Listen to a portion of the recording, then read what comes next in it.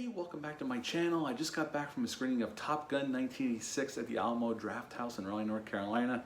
I went with my buddy Dale A. from the Bat and Spider podcast. If you check those guys out, they do a horror podcast twice a week.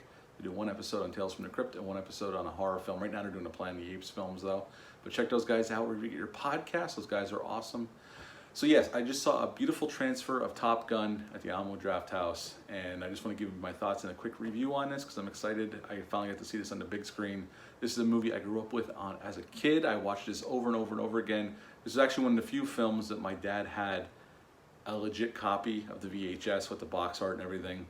Most of our movies were taped off of HBO or Cinemax, but this was one of the ones we actually had the real version of it. This one along with Batman '89. I wore the shit out of this tape. I used to watch it all the time. Tony Scott directed this film, produced by Jerry Bruckheimer and Don Simpson, had a $15 million budget, and that May, 35 years ago, it made 187 in America and 355 worldwide. It was a huge hit, a cultural phenomenon for sure, between the soundtrack, the fashion, and giving people, inspiring people to sign up for the military and the Navy, because the recruiting numbers went through the roof when this movie got released. And the movie still holds up. Watching it on the big screen for the first time, all the right notes are hit. If you're younger, and even at this point, because it's been parodied by Hot Shots, there are some moments that can come off as cheesy. This was the 80s.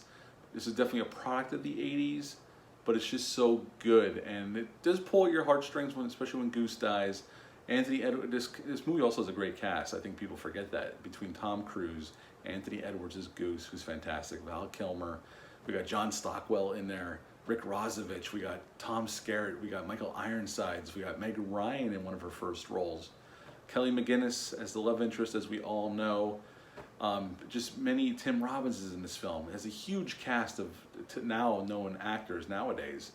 And as we know, it's about Pete Mitchell, Maverick, Tom Cruise, and Goose.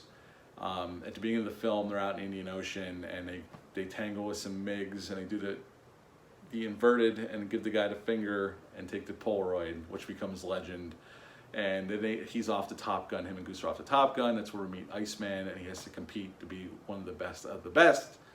And he falls in love with Kelly McGinnis, and we get the love scenes and the music. It's all just 80s glory. It's just gloriousness from the 80s. Gotta love it. And at the end, Goose dies, unfortunately, which is still a very emotional moment because Anthony Edwards is such a likable actor, and he gives such a good job of making us care about Goose. And his relationship with Maverick really sells the film, and in Maverick's tumultuous relationship with Iceman.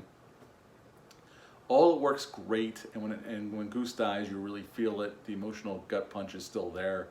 And in Maverick getting his wits back, and at the end we have a happy ending when he helps take out some MiGs to help Iceman get back to the ship, and we have a happy ending of Top Gun. And we're going to get the sequel this Christmas. Hopefully it gets released. We'll see what happens. But yes, Tony Scott directs the film beautifully. I mean, the shots of the fighter jets going by and the dogfights are fantastically shot and staged. I know they had full cooperation of the U.S. military to do this film.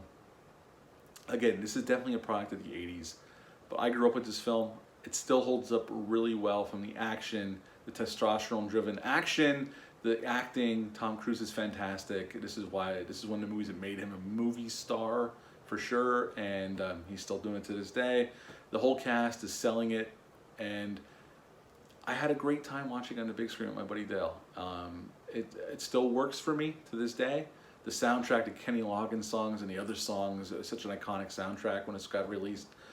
I would give Top Gun a 9.5 out of 10.